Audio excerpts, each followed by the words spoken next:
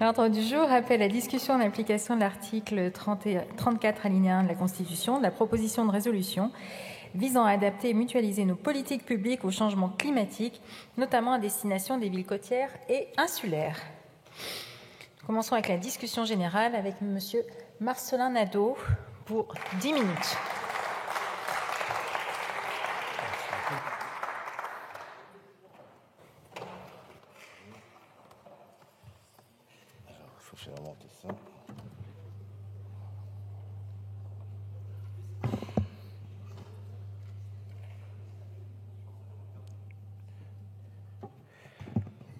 Merci, Madame la Présidente. Monsieur le Ministre, Monsieur le Président de la Commission, mes chers collègues, c'est avec une certaine gravité que je vous soumets pour introduire cette niche de notre groupe de la gauche démocrate et républicaine, le groupe GDR, avec ma collègue Myriana Redarbello, notre proposition de résolution visant à mutualiser et adapter nos politiques publiques au changement climatique, notamment à destination des villes côtières et insulaires.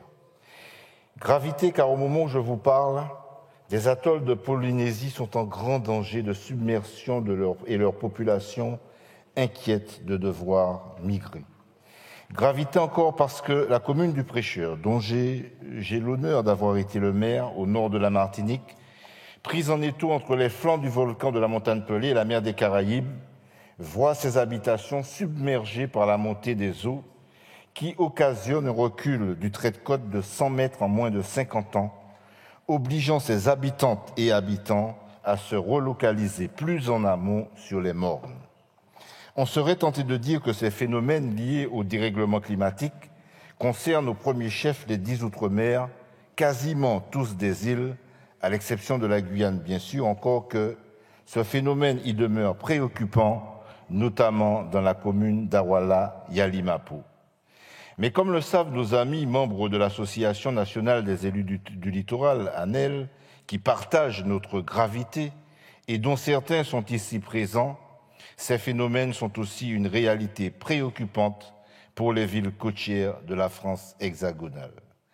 À Oléron, la tempête Cynthia fit plusieurs morts en submergeant l'île en 2016. Cette question est prégnante, comme en Seine-Maritime ou sur le littoral normand, comme en Bretagne, comme au sable d'Olonne.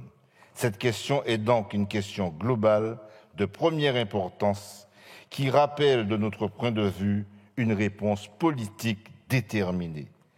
Nous ne disons pas que l'État ne tente pas de se mobiliser pour faire face au dérèglement climatique majeur auquel nous sommes confrontés. Les territoires régionaux, communaux, littoraux se mobilisent aussi dans la perspective du 3e plan national d'adaptation au changement climatique, s'agissant notamment des enjeux relatifs au recul du trait de côte. Mais force est de constater, force est de reconnaître que cette question ne fait pas l'objet d'un programme dédié dans le budget de l'État. Force est de reconnaître également une grande dilution des structures et des financements appelés à intervenir. Le texte de la proposition de résolution demande en conséquence au gouvernement de mieux planifier sur le long terme des réponses adaptées aux différents contextes locaux. Il lui demande aussi d'inscrire le plan national d'adaptation au changement climatique dans un chapitre spécifique de la prochaine loi de programmation pluriannuelle énergie-climat. Il demande surtout une meilleure prise en compte de l'adaptation au changement climatique dans les processus d'évaluation environnementale des projets, dans les plans et programmes, ainsi que dans les documents d'urbanisme. Il demande enfin de placer les impératifs sociaux au cœur des politiques d'adaptation.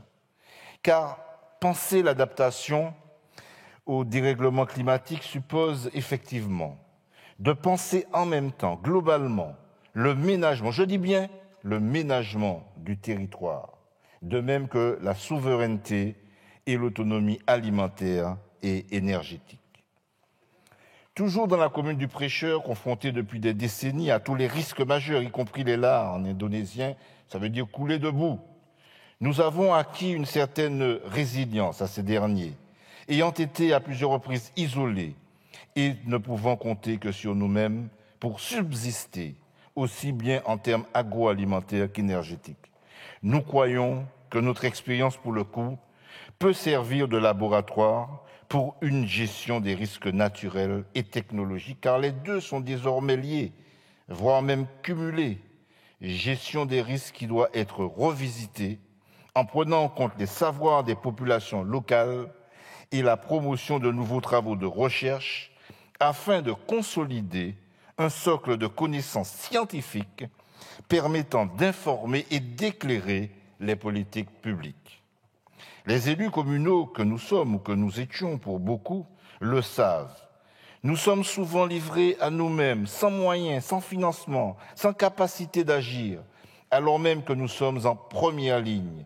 Il nous paraît donc important d'asseoir un modèle financier adapté aux villes côtières et insulaires par la création notamment d'un fonds d'érosion côtière et de mettre en place une stratégie nationale qui soit déclinée avec les communes des littoraux relative au déplacement de populations victimes des effets du changement climatique, dont la montée des eaux et la perte de la biodiversité.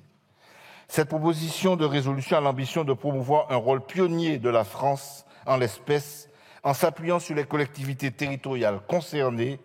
Il s'agit de définir un nouveau paradigme d'intervention publique dans l'urgence du dérèglement climatique déjà à l'œuvre. Pourquoi, me direz-vous ? Peut-être même pensez-vous que quelques enrochements, quelques digues ou ouvrages de protection côtière peuvent suffire. Mais aujourd'hui, devant l'ampleur du phénomène qui est en cours, ces dispositifs ont montré, hélas, leurs limites. Le groupe d'experts intergouvernemental sur l'évolution du climat, le GIEC, le constate également. Ces installations, quelles qu'elles soient, sont des solutions de court terme inadaptées, dit-il, qui, même dans une certaine mesure, créent dangereusement un faux sentiment de sécurité. Élus des littoraux ou insulaires, nous savons que la nature reprend toujours ses droits et que le changement climatique a des conséquences insoupçonnées. Déjà des îles polynésiennes contractent des accords internationaux pour héberger leur population avec l'Australie ou la Nouvelle-Zélande, je pense notamment à Tuvalu. Déjà, certaines îles des Trois-Motus ont demandé aux marquises de pouvoir les héberger, mais ces dernières ne pourront recueillir les milliers de personnes de la centaine d'îles du Pacifique en danger. Et s'agissant de la Martinique, nous savons que dans 20 ans, l'île aura perdu 10% de sa superficie, particulièrement dans la plaine du Lamentin, la plus habitée, la plus industrielle et la plus commerciale. Il faut donc réagir. Or, le rapport pour la Commission du développement durable et d'aménagement du territoire que nous avons pu réaliser sur le terrain grâce au soutien de la Commission et de son président en novembre 2023 dans le cadre de la préparation de la loi de finances pour 2024 et dont est issue directement cette proposition que nous vous soumettons aujourd'hui, a fait un constat. Si le BRGM, le CNRS, le monde universitaire, l'INERIS, Météo France, le CEREMA, etc. font tous dans leur domaine d'excellentes expériences, celles-ci restent sectorielles, peu partagées, non mises systématiquement en synergie, rendant les plans Orsec obsolètes, notamment lorsque plusieurs risques apparaissent concomitamment, et c'est désormais la norme bien souvent. Oui, il faut réagir. Et de fait, l'adaptation aux effets des changements climatiques concerne de multiples secteurs qu'il faut impliquer, mutualiser, systématiser et décliner à tous les niveaux, y compris le niveau communal. Planifier, favoriser la transdisciplinarité, préciser dans le Code de l'environnement un volet spécifique consacré à l'adaptation au changement climatique, placer les impératifs sociaux au cœur des politiques d'adaptation, car on sait bien que les premières victimes sont souvent des victimes de la précarité, de la pauvreté. Développer de nouvelles façons de produire et consommer, construire un modèle financier solidaire et adapté aux villes côtières et insulaires, et je le répète encore, notamment par la création d'un fonds d'érosion côtière. Voilà l'ambition de cette initiative qui, je l'espère, saura nous rassembler, car son but est ultime. Face à la folie des éléments engendrés par le dérèglement climatique, cette proposition vous propose de garder raison et de retrouver notre énergie vitale et solidaire. Je vous remercie. Merci, monsieur le député. La parole est maintenant à madame Nathalie Bassire pour le groupe Liberté Indépendants Outre-mer et Territoires et pour 5 minutes.